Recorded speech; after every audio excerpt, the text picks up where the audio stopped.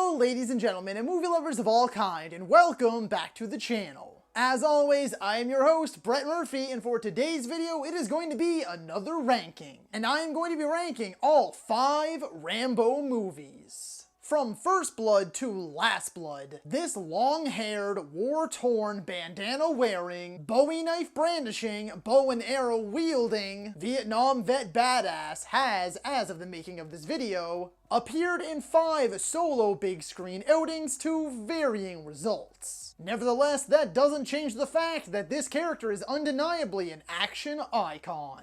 Very quickly before we get into the ranking, I just wanted to mention that I have an entire playlist dedicated to all of my ranking videos. So be sure to check that out and I guarantee you'll find something you like. And with all that being said, let's hop right into things. Number 5. Rambo Last Blood. The problem with this movie is that it really doesn't feel like a Rambo movie at all.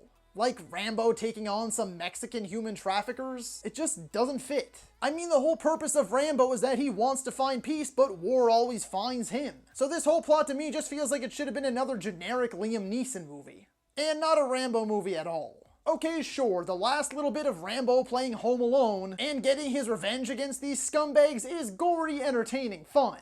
But that doesn't change the fact that this was a poorly written, out of character, and miserably lackluster finale. Even the character's own creator and author of the original First Blood, David Morrell, despises it, saying that he left the theater feeling degraded and dehumanized, stating that he quite literally felt less human having seen it. And also going on to say that rather than it being a soulful finale, it lacks any soul at all. Number 4. Rambo III. Okay, so this movie is basically everything that everyone makes fun of 80s action movies for, all packed into one movie. Which can actually be a lot of fun if you're willing to turn your brain off and just enjoy it. I really didn't love the adventure movie elements they tried to splice in here. To me, it feels like they were really trying to combine Indiana Jones with Rambo, adding in a lot of filler in the first half and giving him a pair of sidekicks, with one of them being a kid. The humor really doesn't work at all, and one-liners definitely aren't Rambo's thing. But the story is actually alright, and the action, again, can actually be a lot of mindless fun. Although some of the directing choices are interesting. But all in all, it's 80s action at both its best and its worst. So take that as you will. Number 3. Rambo First Blood Part II. So this is the one where Rambo went full-blown 80s action star. Mostly gone are the subtle nuances of the original. Long gone is the troubled Vietnam vet whose hand has been forced. And he's replaced with an absolutely ruthless, shredded machine of a man. Although honestly, that's not all bad. This movie is really just big, goofy, explosive fun. Okay, sure, it goes way over the top sometimes. Like that entire helicopter sequence where it's just explosion after explosion after explosion. But for the most part, it is wildly entertaining.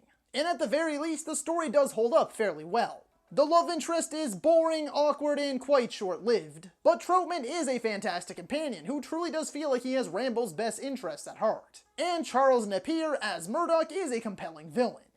Number 2. First Blood.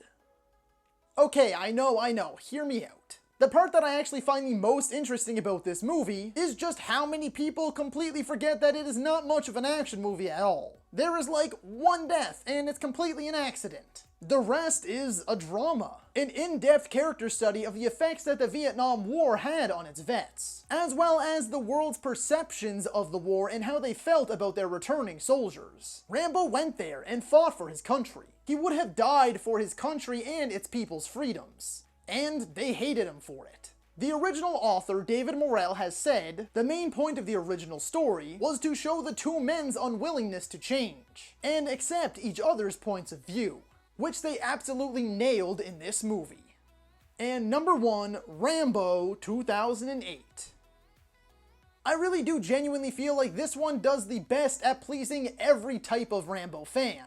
And even the original author, once again, David Morrell, does actually enjoy it. He has stated that it accurately replicates the themes and tones of First Blood. Although he did recognize that not everyone is going to enjoy the dubious amounts of violence. As for me personally, I believe this movie perfectly represents the various ways that we all see Rambo. Some people only know him as the over-the-top 80s action star from Part 2 and 3, while others remember a simpler time and a more complex character from First Blood. And we get both of those sides here. There really is something for all Rambo fans. Not to mention, this movie's final act has to be one of the most violent sequences ever put to film.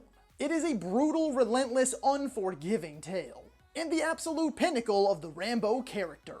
I really just wish that they would have stopped here. So that is all for today's video, folks. Be sure to let me know down in the comments if you agree or disagree with my ranking, and feel free to let me know what ranking you'd like to see next. If you enjoyed that video, be sure to hit that thumbs up button, and if you'd like to see more content, consider subscribing to my channel and ringing that little bell icon. That way you can be notified about all of my latest uploads. And as always, stay safe, thank you so much for watching, and that's a wrap. Hey you, yeah you, if you made it this far, just know I appreciate you, and while you're here, consider hitting that subscribe button.